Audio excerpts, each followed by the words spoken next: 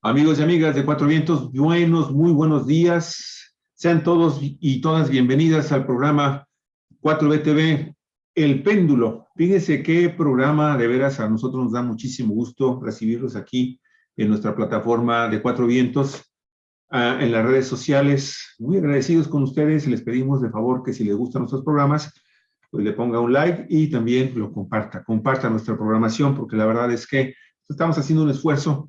Y más en estos días de Semana Santa, híjole, trabajando, vamos a ir al infierno. Galicia Aragón, ¿cómo estás? Bienvenida, bienvenido. ¿Qué tal, amigos? Ya está condenado de antemano. Sí, de antemano, desde hace muchos años. Y yo no tengo nada que ver en ello. Déjame terminar de presentar a nuestro queridísimo titular del programa, El Péndulo, el ingeniero químico zacatecano Raimundo Cárdenas Hernández. Él es sindicalista, fue militante del Partido Comunista Mexicano y toda la cadena de partidos que se desprendieron a raíz del cambio de nombre y la transformación del Partido Comunista Mexicano. También es exdiputado local y federal allá en Zacatecas, así como ex senador de la República, cargos legislativos que ocupa a través del Partido de la Revolución Democrática, pero bueno, ahora ingresa a Morena prácticamente desde su fundación y actualmente se desempeña como consultor independiente y coordinador editorial del periódico La Jornada, allá en el queridísimo estado y bello estado de Zacatecas. Raimundo, bienvenido, muy buenos días. Buenos días, Luis, buenos días, Olga. ¿Cómo ves, mira? Qué gusto, Mira, Raimundo. nada más, ¿eh? ¿Qué te parece Qué esta gusto, belleza? amigos, amigas de Cuatro Vientos, estar Oye, aquí con Raimundo. No, qué hermoso Mira, está el grupo, sí. Dale un Sí, sí, poquito sí. de, Sí, dale sí, un sí. poquito de Déjame alegría. presumo a Galicia. Color. Oye, Raimundo, tu programa se llama así como una columna que escribes para la Jornada de Zacatecas, El Péndulo. Y qué mayor ejemplo de péndulo que el que acabamos de ver en el Poder Legislativo. Apenas durante el día y la noche del domingo, pues vimos un Congreso, una Cámara muy agitada, con la presencia de una oposición combativa hasta llegar a la ira, combativa hasta llegar a la rabia, con un grupo parlamentario dominante, el de Morena y sus aliados, pues también leyéndoles la cartilla de lo que significaría votar en contra de la reforma eléctrica. Y ahí les recitaron hasta el cansancio la traición, la palabra traición. Estarán traicionando al pueblo de México, y salieron a relucir las frases de Benito Juárez, de Lázaro Cárdenas, de Adolfo López Mateos. Me gustó mucho la de un diputado, creo que es de Zacatecas, Raimundo, que hizo una composición ahí de la frase "la patria es primero", dijo, para nosotros, refiriéndose a Morena y sus aliados, la patria es primero, para ustedes, refiriéndose al bloque de derecha, la patria es dinero. Bueno, no se aprobó la reforma constitucional porque no se tuvo los 2/3 requeridos de los diputados. Pero al día siguiente, y aquí está el péndulo de nuevo. Sí, no, pero al día siguiente, no, Raimundo, ve nada más la imagen que se dio en el mismo lugar de sesión de unas horas antes. Unas cuantas horas antes. Mira, ¿qué pasó? De repente la oposición ausente. Ve nada más esto. Se esfumó. A la hora de someter a votación un aspecto de los más importantes que contenía la reforma constitucional eléctrica, que es la nacionalización del litio, que luego nos explicarás tú, porque dice, ahí sí ya está nacionalizado, pero ¿en qué consiste esta ley de la industria minera? Que nosotros la sintetizamos así: la nacionalización del litio y la ley que autoriza la creación de una empresa pública para que se encargue de administrar este recurso que queda exclusivamente en manos del Estado. Hasta ahí la dejo, porque ya sabemos que esta ley fue aprobada por la mayoría simple, que pues la tiene, se sumó Morena, perdón, Movimiento Ciudadano, se sumó en la votación general, no en el voto particular, y se fue ya la ley al Senado. Ahorita ya la están discutiendo en las cámaras, en las comisiones de Senado. Adelante, Raimundo, ¿cómo viste este pendulazo?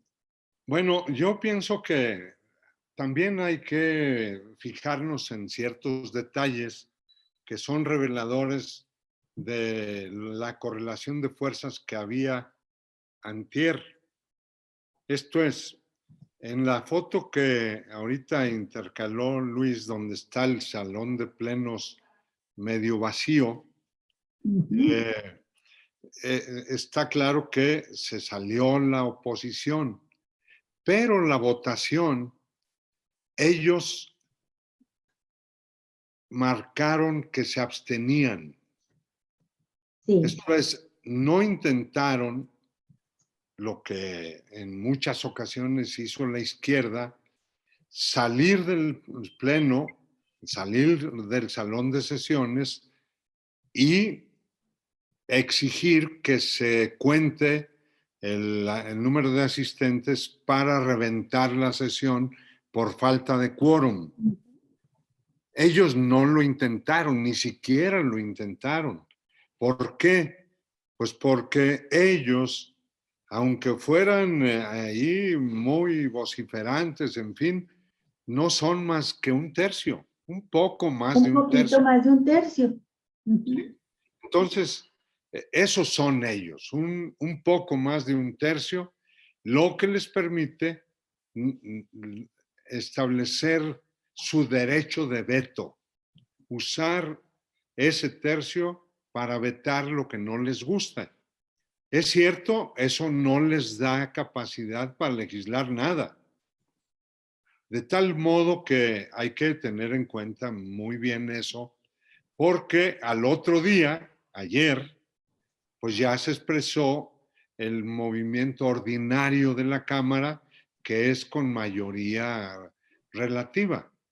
Hay quórum con mayoría de los asistentes, perdón, con 50% más uno. Sí. Pero luego las votaciones son a mayoría relativa porque de los asistentes algunos se pueden abstener, otros estarán en la mayoría, puede haber otras propuestas. En fin, pienso yo que vamos a ver en unos meses más si se consolida o no se consolida ese bloque que se expresó antier. Porque pienso yo que sería muy bueno que se consolidara para que ellos acepten una reforma electoral ya pensada para una pelea entre dos polos y no para un sistema pluripartidista. Yo creo que si no se consolidan, no van a aceptar reforma electoral ninguna, porque el sistema es benigno para las minorías. ¿Verdad? ¿Por qué? Porque así Les está. permite tener diputaciones plurinominales y una sobrerepresentación en el Congreso. A veces, A aunque veces. últimamente el PRI impuso una sobrerepresentación a la primera minoría o a la mayoría de hasta un 8%. Sí, candado. A cuenta de los más chicos. Pero bueno, entonces, ese tercio se va a consolidar o no se va a consolidar. Por un lado, sí se está consolidando en su narrativa, en la narrativa de tildar de populista a la otra parte, de tildar de presidencialista exagerado el comportamiento de López Obrador, que toda esa narrativa es de la derecha, aquí y en China, ¿verdad? En eso ya no hay tanta diferencia. Allí estaban mezclando oradores de los distintos partidos, pero la narrativa era una, Sí. ¿verdad? Sí, Y si se consolida la narrativa, pues solo hay un paso para construir un polo único opositor que con el tiempo se coagule en un partido político hecho y derecho. Yo prefiero ese bipartidismo real. al invento de pluralismo que tenemos ahorita, que aparentemente son 6, 7 partidos, pero lo cierto es que solo está Morena como gran partido electoral, una gran coalición que generó Andrés Manuel López Obrador. Eso allí está. Los Sí. aliados pues existen solo porque están allí girando alrededor del Sol como un sistema solar, Sí, oye ¿verdad? Raimundo, pero estos dos bloques, este bipartidismo que dices tú que prefieres, tiene que ver también con el hecho de que hoy, creo que como nunca, y eso que es un proceso de muchos años que se ha venido dando esto, está clarísimo que hay dos visiones, dos proyectos, nada más, Claro. dos proyectos de nación, dos propuestas de gobierno, y lo demás pues había sido simulación, porque ayer escuchaba yo a Fabricio Mejía y decía, ¿dónde quedaron las acusaciones de panistas que le decían a Morena el primor? ¿Verdad? Si en realidad el PRI está ya en ese bloque con el PAN, hay una derechización, un corrimiento a la derecha, que como un fuerte imán atrajo al PAN, siendo la oposición más mayoritaria, como oposición, atrajo a los demás, ¿no? Que estaban, pues el PRD prácticamente desaparecido, el PRI muy debilitado, y Movimiento Ciudadano, pues muy oportunista, y los atrae a ese bloque opositor con un activismo que yo no recuerdo si tú, no sé, si tú que tienes más vida que yo, Raimundo, si habías visto tú un activismo, un protagonismo, un liderazgo tan grande al frente de las fuerzas opositoras como lo estamos viendo hoy con Claudio X González. Entonces, es ese bloque de derecha con un liderazgo de un oligarca y por otra parte el proyecto de López Obrador con Morena y sus aliados. Sí, creo que ahí está muy dibujado eso. Y digo que ojalá que eso se consolide, cuando menos en su narrativa, para que con poco de presión que haya de parte de la sociedad, se les obligue a ir a una reforma electoral que admita una disminución del financiamiento a los partidos, una nueva fórmula de distribución de curules, ¿verdad? Y de escaños en el Senado. Pienso que todo lo que hemos hablado aquí en otros programas podrá ser posible si eso se consolida. Porque si no se consolida y solo están en la conducta opositora de no dejar que pase nada de lo que propone Morena o el presidente, pues entonces no habrá reforma. Porque todas las reformas importantes en lo electoral tocarían la Constitución.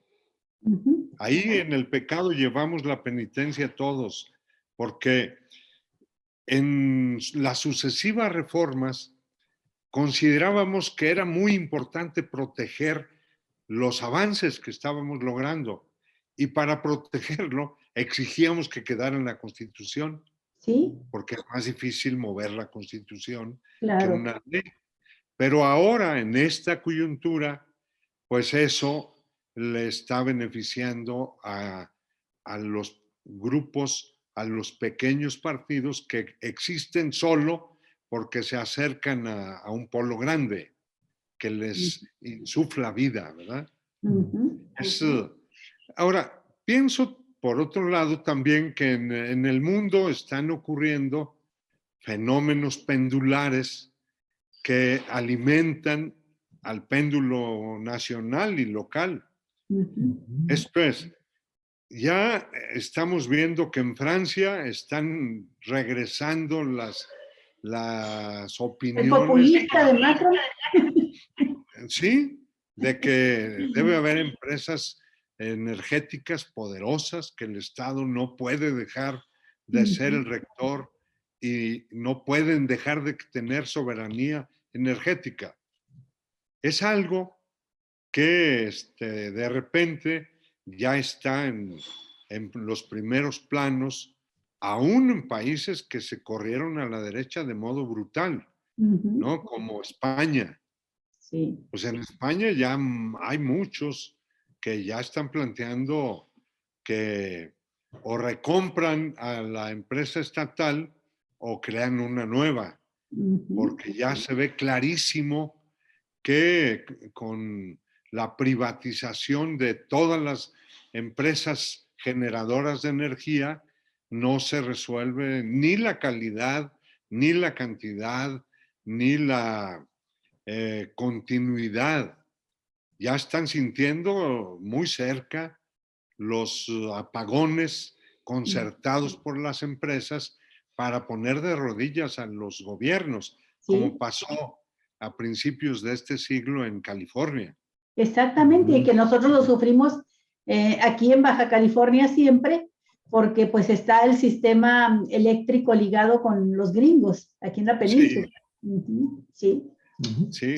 Entonces, eso pienso yo que está ya muy claro que no se va a sostener mucho.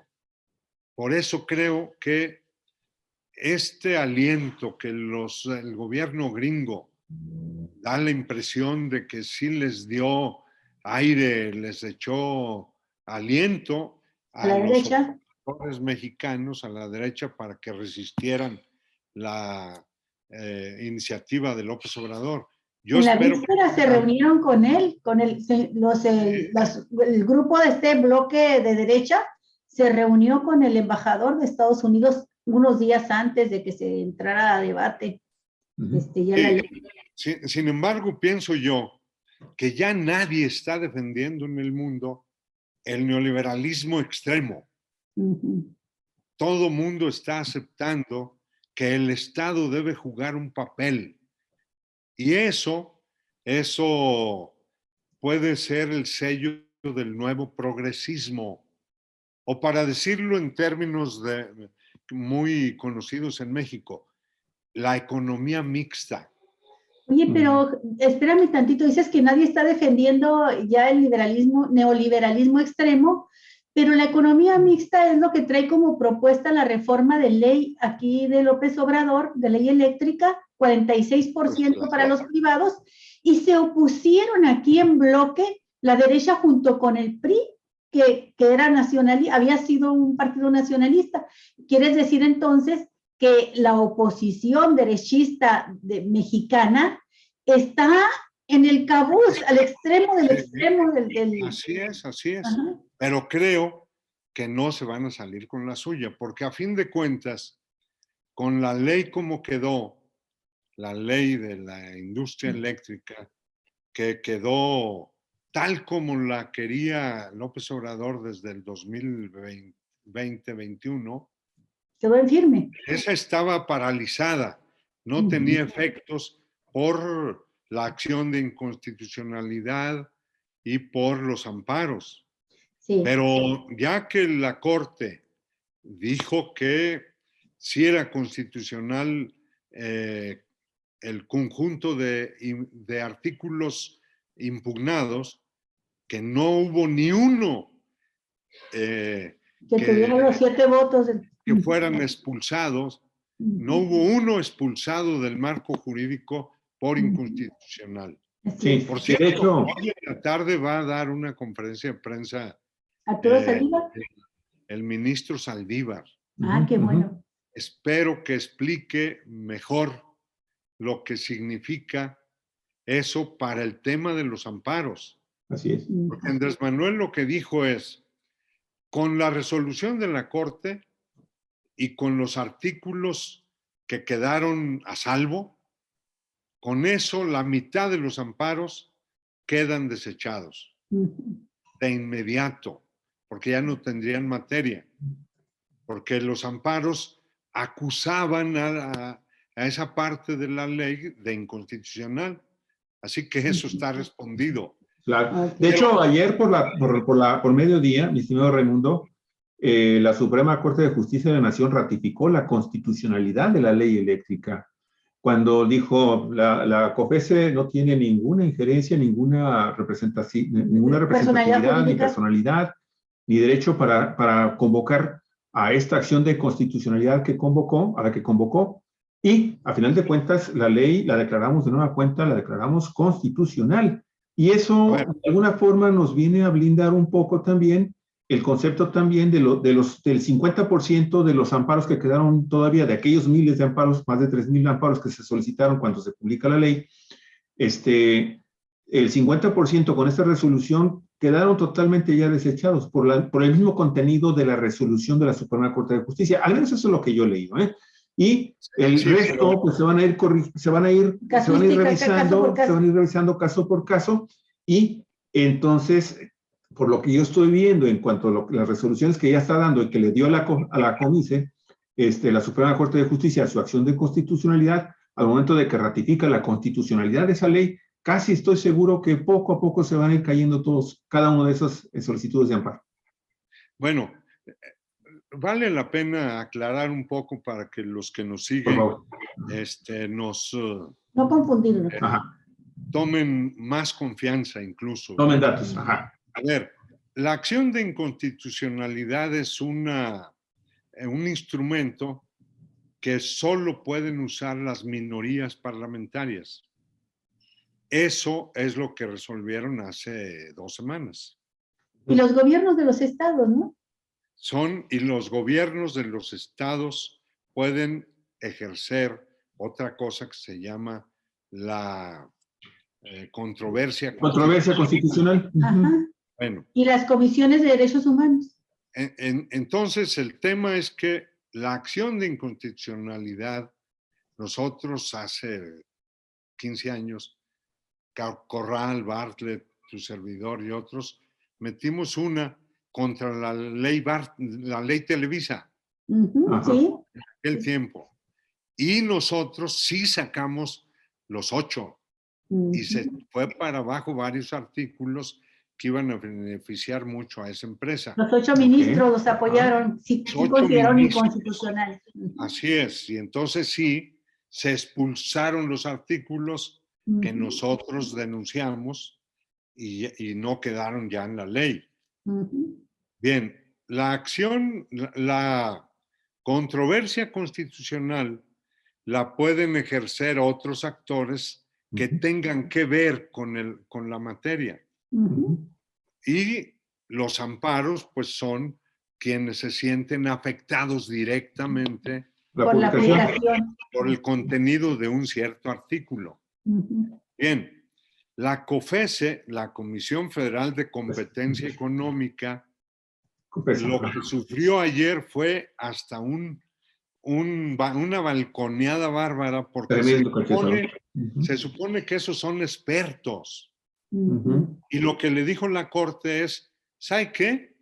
Usted no tiene nada que ver en este tema.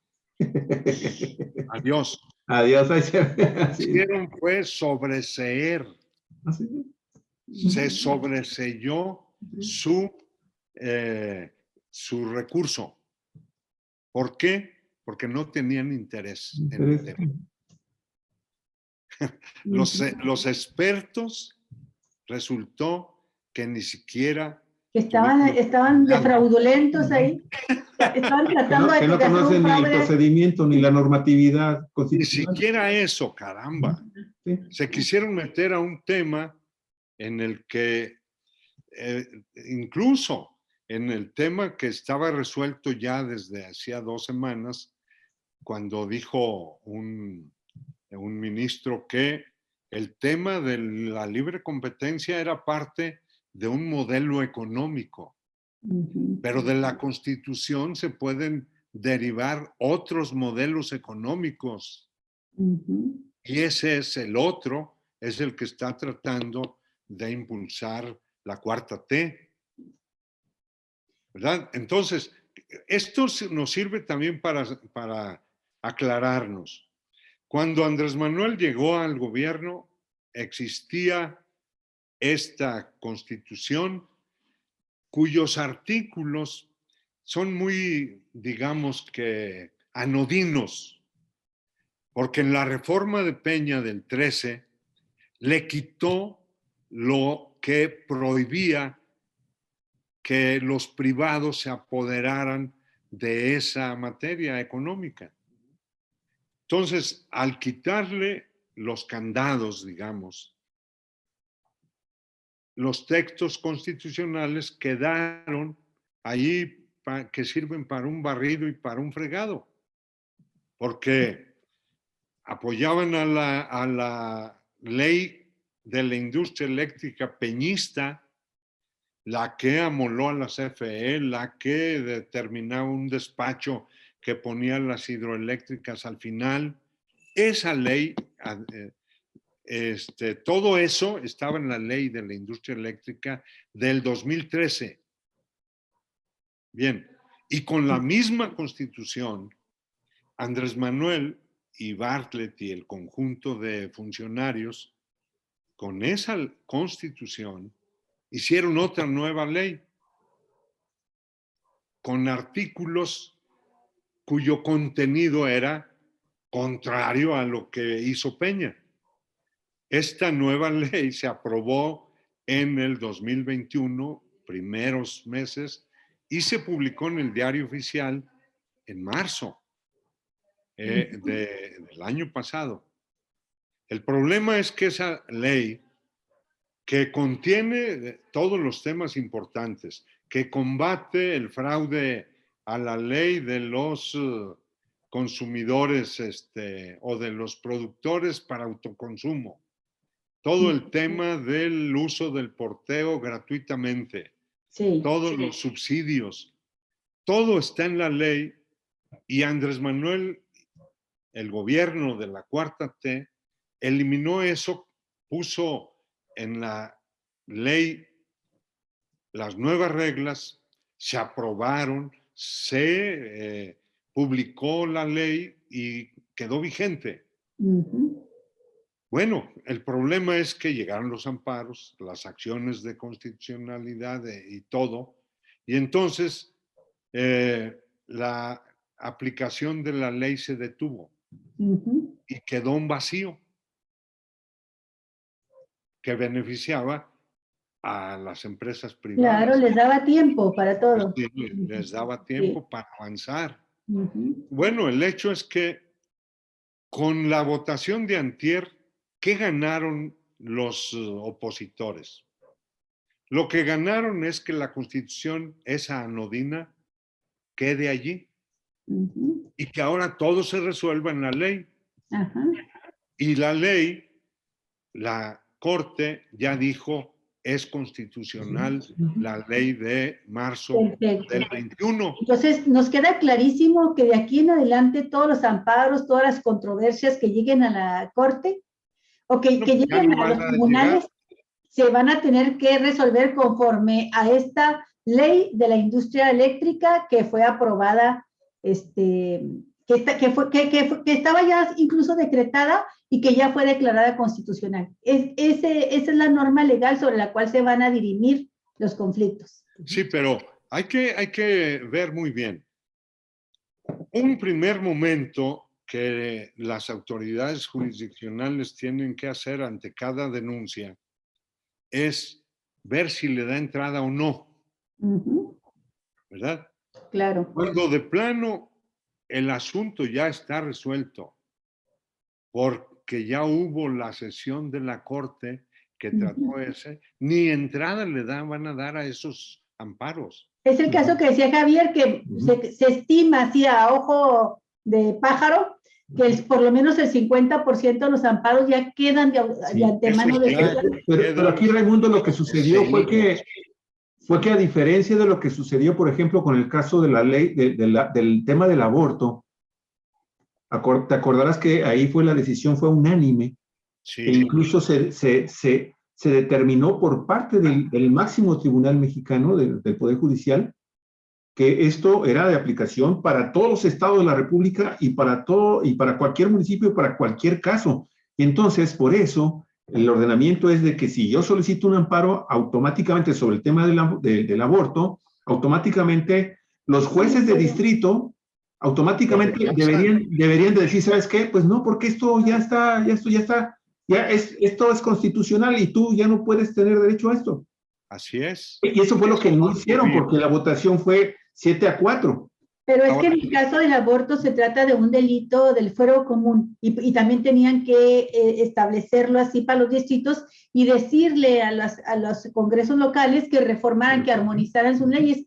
Aquí es una cuestión de carácter federal y se entiende, creo yo, dime si estoy equivocada, que en automático tienen que asumirla así los tribunales. Es que, ¿qué dice un amparo? Oye, autoridad, me quieren aplicar en mi perjuicio este artículo que es inconstitucional. Ah, bueno, ¿qué va a decir un juez? Oiga, esto ya está resuelto porque ese artículo ya fue declarado constitucional. Aquí está la resolución, la sentencia del 16 de abril. Entonces, adiós. Ahora, puede ser que haya casos donde las empresas se amparen o se hayan amparado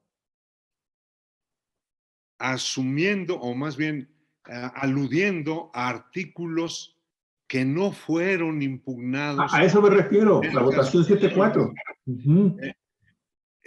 A ver, la votación fue 8 veces, o 9. Así es, así es. 7 veces. A ver, era tema 1, el tema del despacho. A ver, voten. Unos sí y otros no. Unos sí y otros no. Así es. Para expulsar el artículo del despacho de la norma, debían de tener mínimo 8.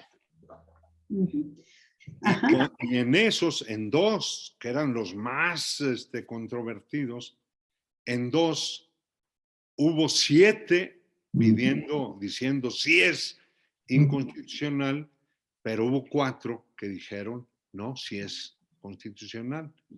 Y para expulsar ese artículo requerían 8. Es lo mismo que lo que pasó en la Cámara antier. ¿Verdad?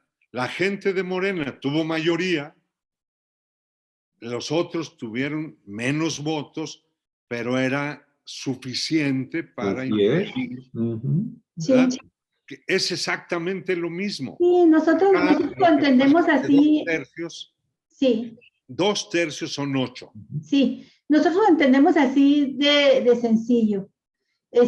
La Constitución, la Carta Magna, no puede ser reformada tan fácilmente. O sea, no puedes dejarlo a la deriva de las circunstancias que hace cambiante la mayoría de 50+1 en la Cámara de Diputados o en la propia Suprema Corte de Justicia. Entonces, para poder cambiar la Carta Magna necesitas una mayoría sólida, fuerte, numéricamente fuerte. Entonces, por eso es que el Poder Legislativo, a los legisladores se les exige que sean 2 tercios al menos de los legisladores quienes aprueben una reforma constitucional, que luego también tienen que aprobarla por lo menos 17 congresos de los 32 que hay en el estado, ¿no?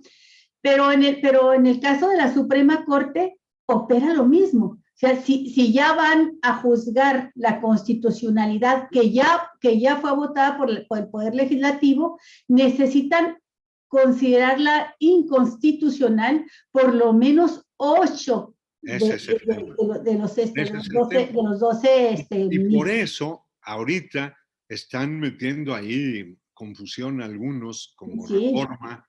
Y yo lamento mucho que Carmen se preste a eso. Carmen Arismendi. Qué triste papel está jugando de veras. Ayer, Carmen, diciendo, no, pues es que hay dudas acerca del conteo.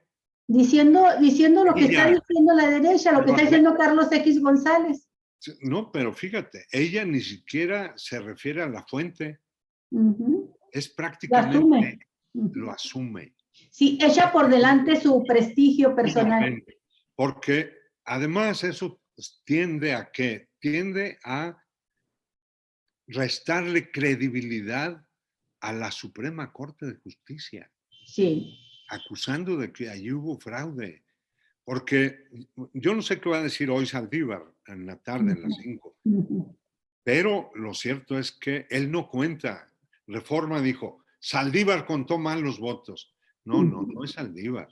En el pleno de la Corte está el secretario, Así es. que es el que somete a votación y va contando los votos. Luego que termina la votación, el presidente le dice, dé cuenta, secretario, de cómo quedó la votación. Sí. Y ese secretario tiene fe pública. O sea, no puede ser que pongan en duda lo que ese tipo dijo, porque ¿Sí? entonces nada más imagínense qué va a pasar.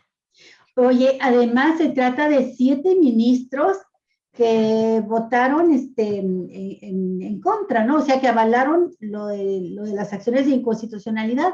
Pero solo en 2 artículos, ¿eh? Pero exactamente. Y te imaginas tú que si hubiesen contado mal, pues qué están tontos los 7 ministros que necesitan que venga y se los diga Carmen o se los diga Claudio X. Pues sí, claro. Oye, creo que acabas de abrir un paréntesis que yo te lo quiero aprovechar, para un futuro programa. Tenemos que hablar del papel que está jugando la prensa, de lo que está sucediendo con periodistas como Carmen Aristegui y otros. Ya lo de Latinus y lo de Broso no tiene caso, pero sí de lo que está sucediendo en medios y en periodistas como ellos. Yo te propongo que luego hablemos porque pues tú también has tenido un ejercicio fuerte en el periodismo y conoces del tema. Pero Sí. siguiendo con lo que estabas mencionando ahorita, vamos a esperar con muchas ansias la declaración de Saldívar, del ministro de la Suprema, del presidente de la Suprema Corte. Pero yo te quiero hacer una pregunta. Él nos va a explicar muy bien Sí. qué esperar de cómo se deben comportar los jueces cuando alguna empresa intente presentar un amparo. Sí. Porque él va a tener que explicarle al pueblo de México también cómo va a actuar el Poder Judicial. Es que una empresa tendrá que ampararse cuando sienta que se está ya en el ejercicio, en la aplicación de la ley, se está violentando esa ley, la que ya se aprobó, ¿sí? Porque si que diga, bueno, la ley, o la Constitución y la ley dicen esto y a mí me están afectando, pero va a tener que demostrar que se le está afectando dependiendo de los términos de la ley de la industria eléctrica. No, que lo afecta de manera ilegítima, ¿verdad? Sí, claro, y de manera ilegal, de manera inadecuada, de manera anticonstitucional. Sí, porque en la sesión de la Corte dijeron muy claramente, por ejemplo, que algunos contratos o podrán ser transformados para que cumplan con la ley o de plano anulados. Claro, y aparte, Raimundo, no hay que olvidar que finalmente los ministros de la Suprema Corte de Justicia de la Nación en este país han sido víctimas, en algunos casos, de presiones de los políticos muy fuertes, de los poderes fácticos de este país, del ejército, de la marina, del sector empresarial poderoso que tenemos en México, del clero, ¿sí? De las organizaciones cristianas, católicas, obviamente de la presidencia de la República, ¿sí? Y eso definitivamente también, de alguna forma, va marcando lo positivo o lo negativo de sus resoluciones para el pueblo mexicano, porque esa es la enorme responsabilidad de estos ministros. Y que no se nos olvide entonces que está pendiente también una reforma a fondo del Poder Judicial de México, porque en la medida de que tengamos también un Poder Judicial realmente autónomo, libre, libre de todo este tipo de presiones, todo tipo de poderes. Cuídate, podemos tener entonces el país que merecemos, en el cual, bueno, yo nada más quería hacer una pequeña nota. No estoy muy de acuerdo en que nada más el país se convierta en un país bipartidista, ¿eh? A mí me gustaría que continuáramos armando poco a poco este rompecabezas que es la democracia mexicana, pero en fin, ¿qué opinas?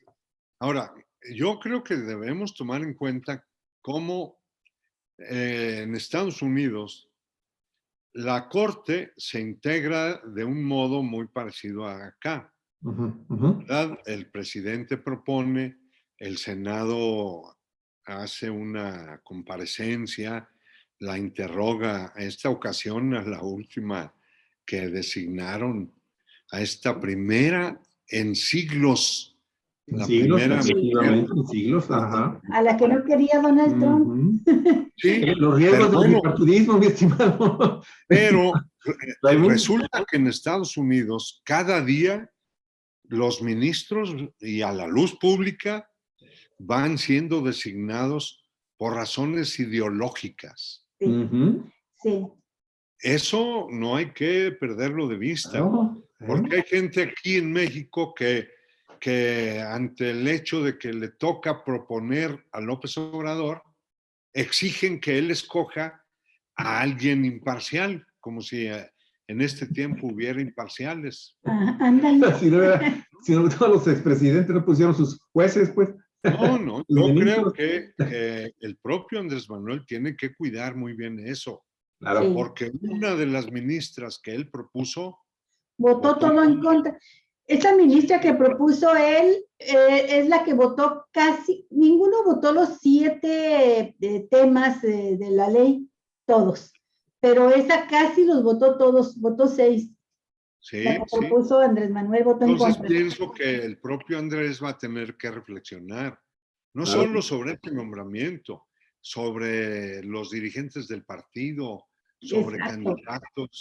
candidatos en todo el país, en fin, porque ya está viendo que estos son tiempos en los que tienes que estar en una trinchera o en otra, porque si Claro, no quieres... y ahí entra el tema de lo que sucedió el domingo, mi estimado Raimundo, con este bloque que, como tú dices, se está consolidando y que se quitaron al menos los del Movimiento Ciudadano, se quitan la máscara y muestran su verdadero rostro ya, ahora sí, de una manera así totalmente abierta, pero dicen, vamos a ir en bloque en todas las demás iniciativas de reformas constitucionales que presente el presidente de la República.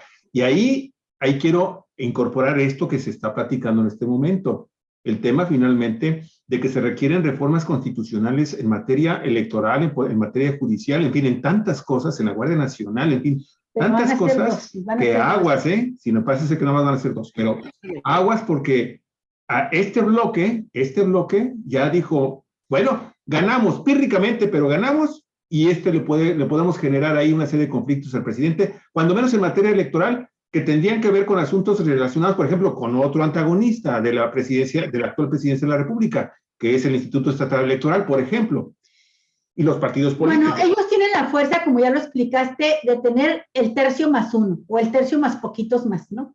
Y eso bueno, lo van a aplicar, es lo que advirtieron.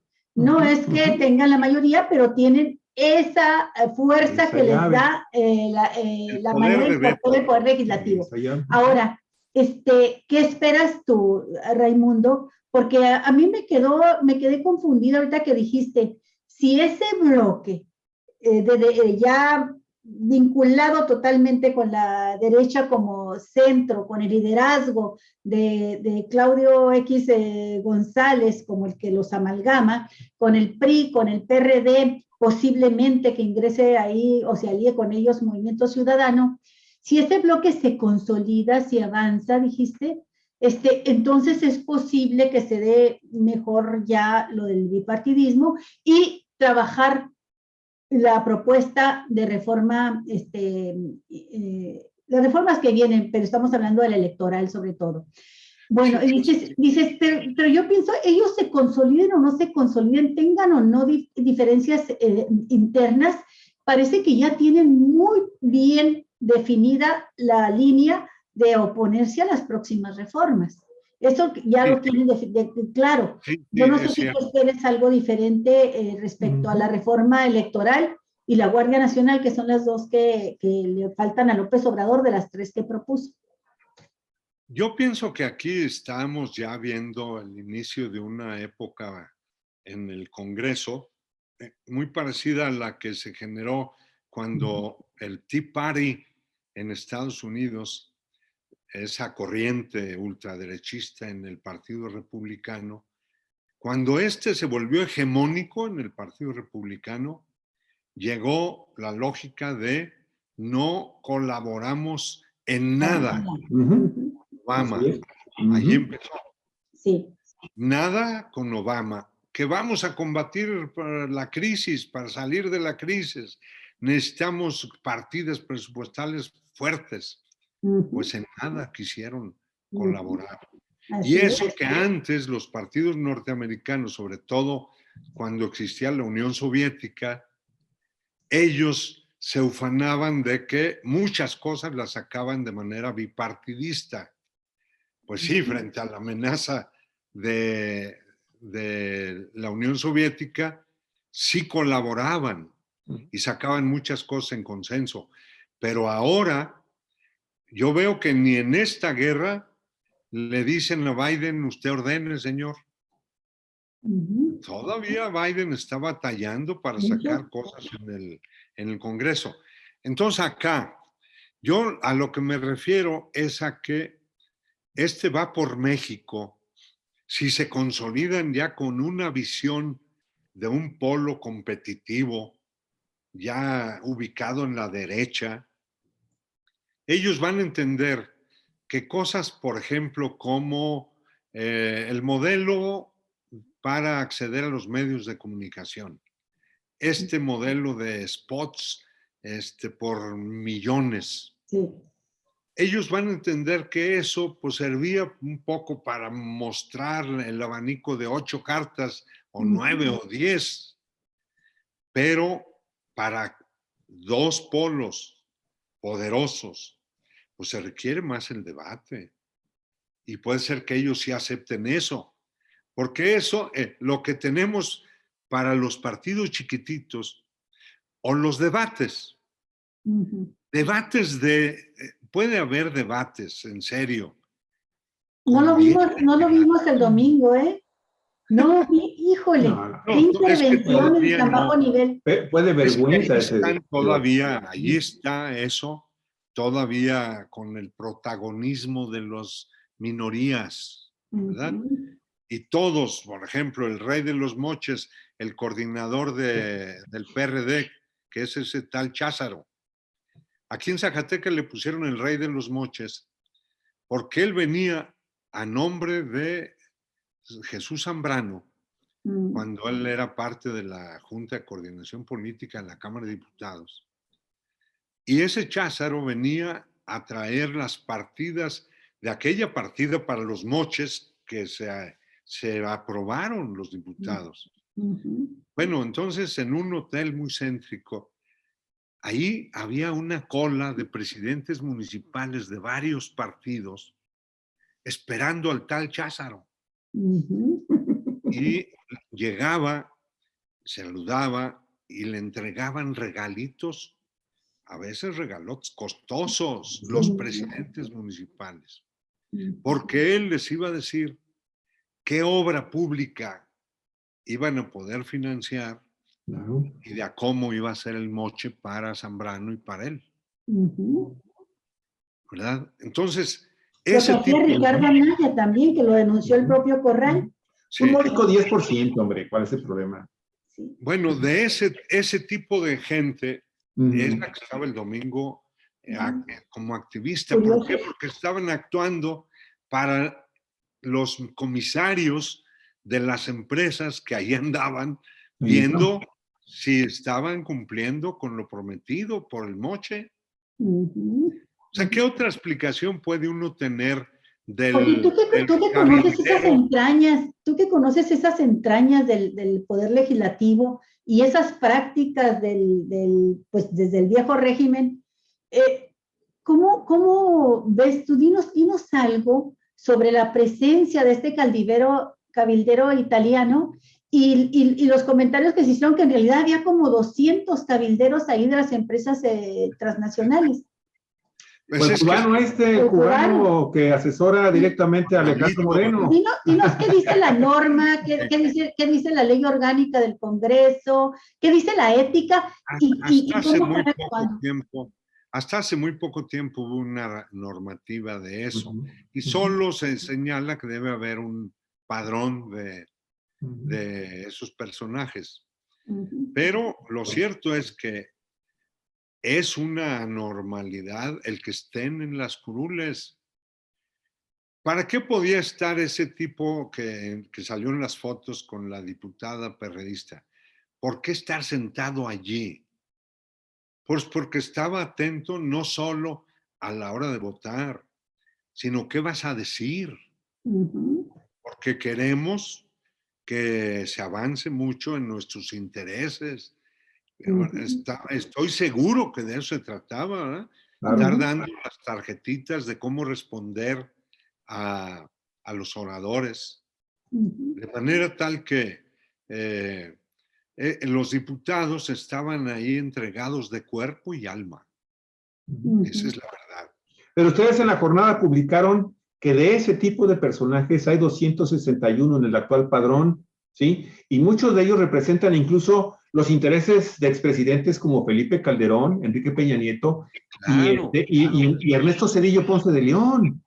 Es que mira, eh, yo estoy seguro que Calderón allí estaba actuando mediante gobernadores, mediante exgobernadores y exgobernadoras, a Sí, los cuales ellos apoyaron de algún modo o se claro. apoyaron mutuamente y ahí estaban todo el mundo cobrando cuentas atrasadas.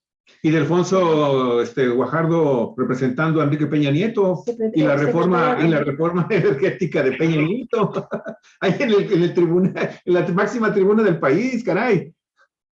Sí, sí, por eso pienso yo que es muy bueno el debate público, que los votos sean públicos, que la gente se haya involucrado tanto como ahora.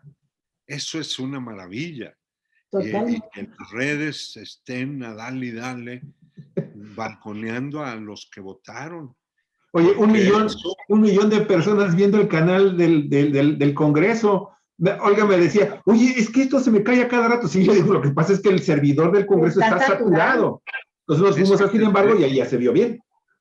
sí, sí, yo creo que eso es lo nuevo Ujú. y eso le beneficia sin duda a los que tengan la razón. Bueno, y vamos Y de a la nuevo democracia del entonces, país. vamos de nuevo entonces. Estos 12 bloques de frente a decisiones clave importantes, de las más importantes como fue esto de la reforma eléctrica y el litio, que no hemos hablado una palabra, no nos has dicho una palabra. Bien, eres de un estado minero y no nos has dicho una palabra sobre la importancia de la reforma de la ley minera, que ya está ahorita en el Senado. Así es. De nuevo a esto, es tan torpe la manera en que defienden los intereses de las empresas que en el caso de la reforma eléctrica se les está ofreciendo ese 46%, que es un super pastelote, y están votando en contra de la reforma constitucional. Y tú dices, es que esos cabilderos estuvieron ahí vigilando que cumplieran al pie de la letra sus indicaciones, pero ya estaba listo la salida, ya la había dado la Suprema Corte con la ley eléctrica, con la ley de la industria Sí, eléctrica. claro. Entonces, Sí, bueno, a qué le están apostando, Raimundo? Le están apostando a que el día de mañana puedan ganar de nuevo ellos una mayoría y conservar ese marco de la reforma de Peña Nieto para cambiar rápidamente las leyes secundarias y poder volver al pasado.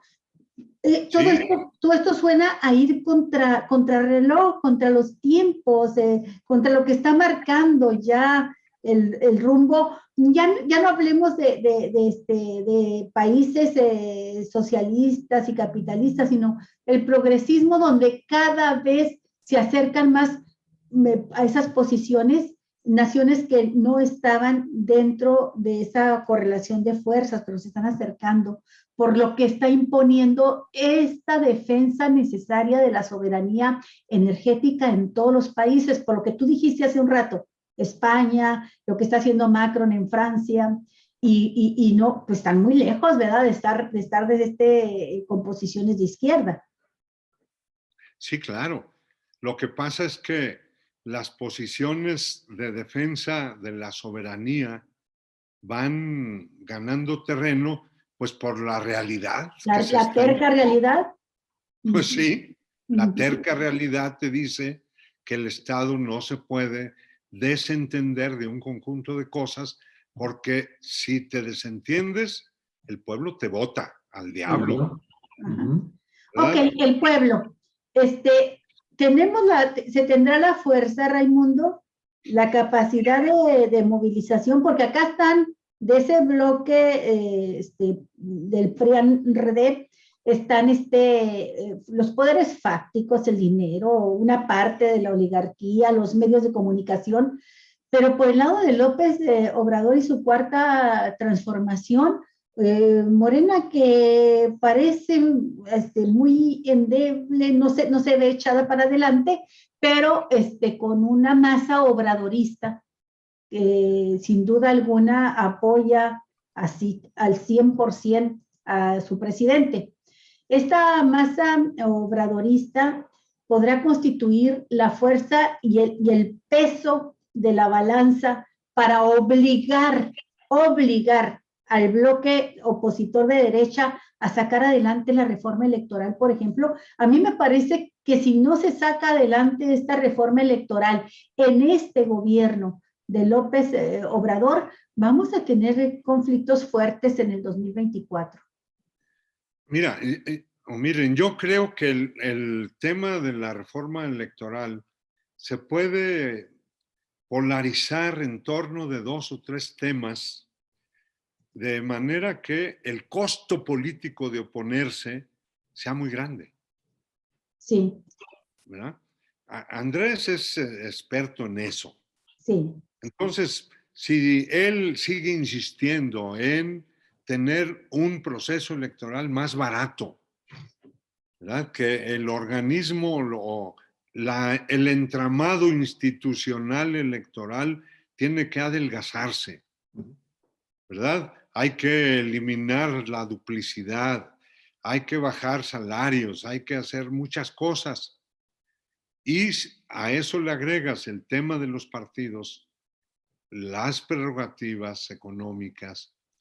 Pienso que la opinión pública va a presionar mucho a los partidos, y creo que unos 2 grandes partidos pueden ser más responsables que 8 enanos que les importe poco quedar bien o quedar mal con la gente, porque a la hora de la verdad, con 3, 4 puntitos que saquen, sobreviven. ¿Verdad? O sea, lo que digo es que entre más grandes y competitivos son los partidos, son más responsables ante la sociedad, y sobre todo cuando, como está ocurriendo en México, la sociedad se está volviendo más participativa y más crítica. Y creo que también eso va para el presidente. Yo difiero creo contigo, que, mi estimado Raimundo, discúlpame, pero yo no veo a Morena, por ejemplo, haciéndose responsable en Baja California, por ejemplo, no, donde tenemos gobernantes y diputados Aquí no realmente llegó la 4T. pésimos. eso Y yo está, no escucho un pronunciamiento por parte de Morena para hacerse responsable de los candidatos y los gobernantes que tiene, por ejemplo, en Baja California. Por decir una cosa, ¿eh? pero bueno, mira, aquí, respeto mucho tu punto de lo que vista. digo yo es que ahora, en este momento, Andrés Manuel va a tener que tomar medidas, porque muchos votos en la consulta del 10 de abril se perdieron por ese tipo de personajes y conductas. Así es, aquí lo dijimos hace días. Sí. Y yo creo que el presidente va a tener que conducir la sucesión suya. Ahí tenemos un problema muy grave. Es triste, pero la Ahí realidad. tenemos un problema muy grave. Mira, Raimundo, tú obviamente has estado más cerca de los actores políticos en tu vida de militante. Pero creo que un problema grave es que se le atribuye a Andrés Manuel una injerencia dominante en los partidos, un control.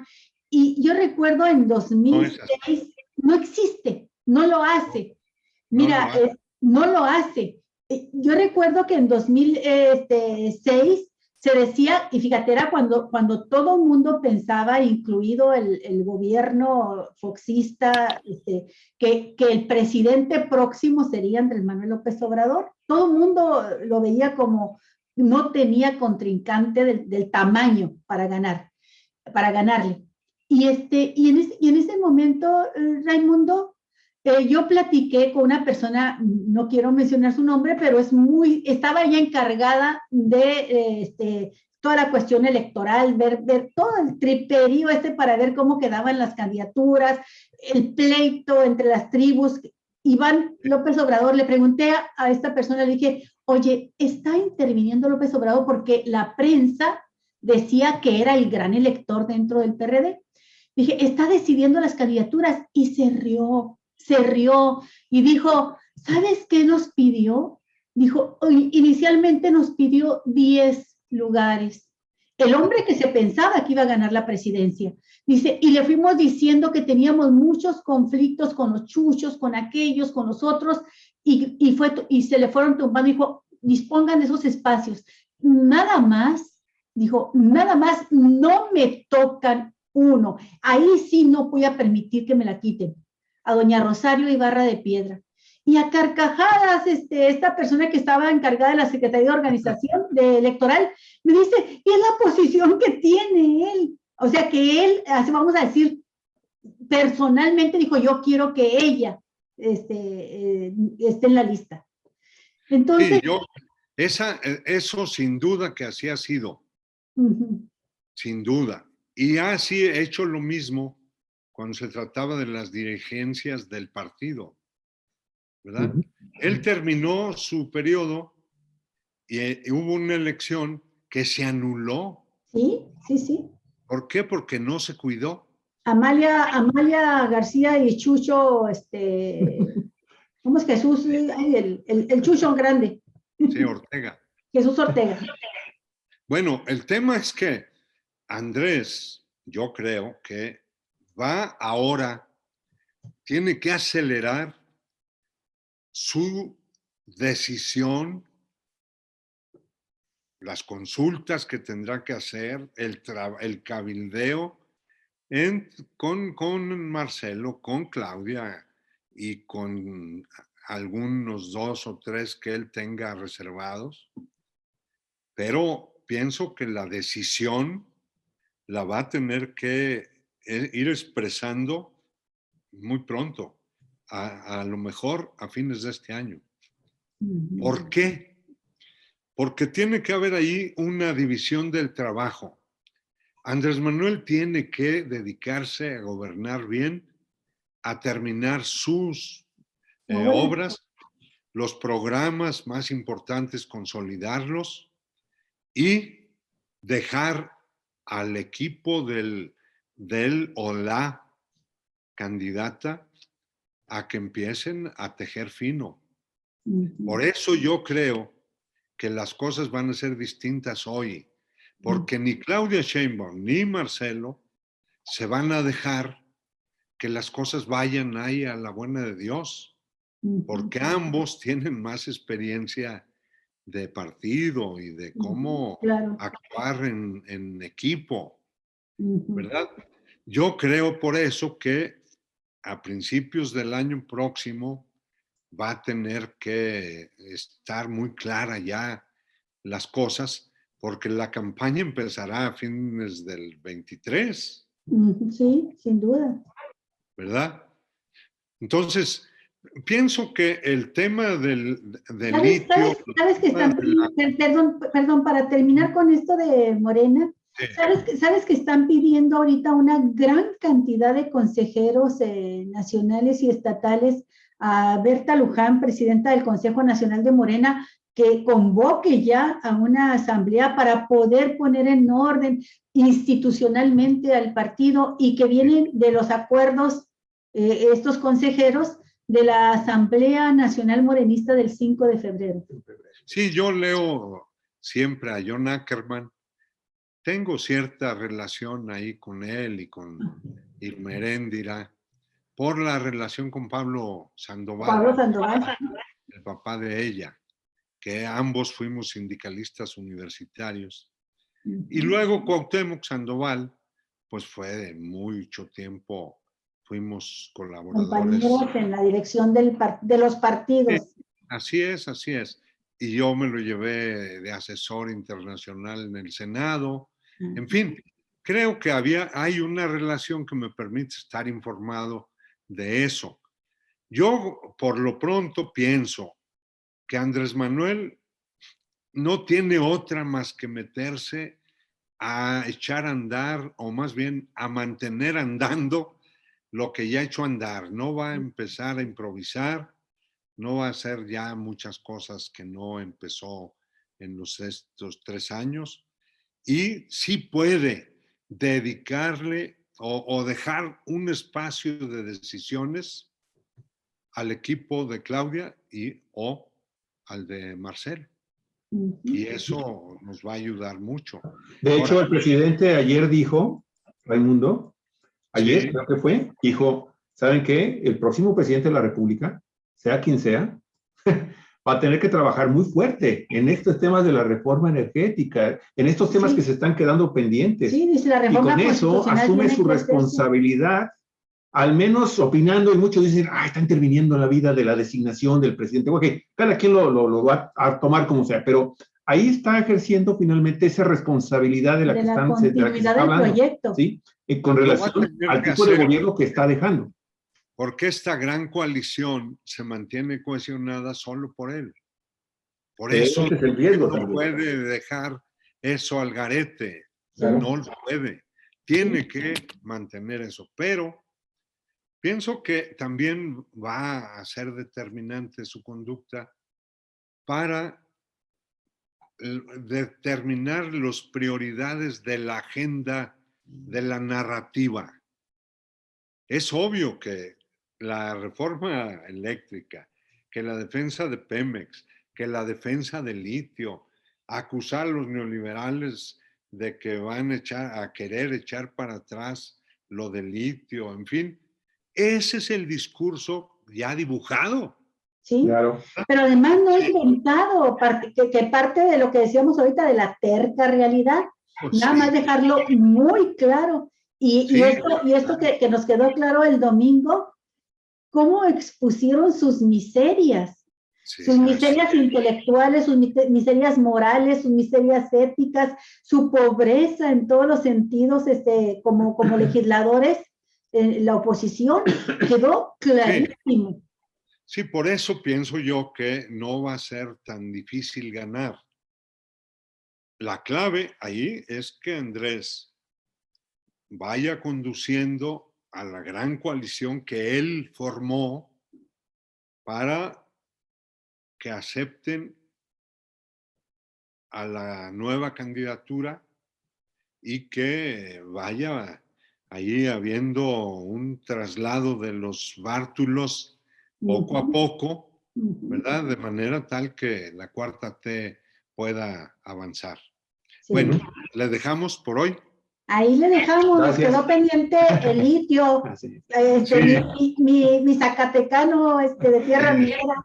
Oye, aquí tenemos igual que Sonora, unas lagunas prehistóricas. Oye, nos vamos a quedar sin tu opinión respecto al voto de la exgobernadora de Zacatecas, actual diputada, legisladora del Movimiento Ciudadano, en el tema de la reforma eléctrica. Es su amiga y la quiere mucho, hombre. Que votó en contra de la ley de la reforma eléctrica. Y se abstuvo también en el tema de la nacionalización del litio. ¡Híjole! El papel de Felipe Calderón ahí fue definitivo. Con eso lo dices todo. Y yo agrego que cuando cuando terminó su gobierno, Muy bien. Amalia fue, era un tiempo en que el PRD, la izquierda, estaba desconociendo a Calderón como presidente, estaba fuerte la tensión contra él. Y cuando terminó su gobierno, Amalia fue con Calderón y no le revisaron bien las cuentas públicas a Amalia, ¿no? Por ahí va, por ahí eso va. decía yo hace rato que había facturas. Sí. Así es. Sí, así sí, es. por eso Muy te bien. decía yo hace unos días que no hizo tan buen gobierno Amalia como a ti te hubiera gustado. En fin. Bueno, adiós. Raimundo, muchas gracias. Un abrazo, Raimundo, muchas gracias y nos vemos dentro de 15 días, canijo.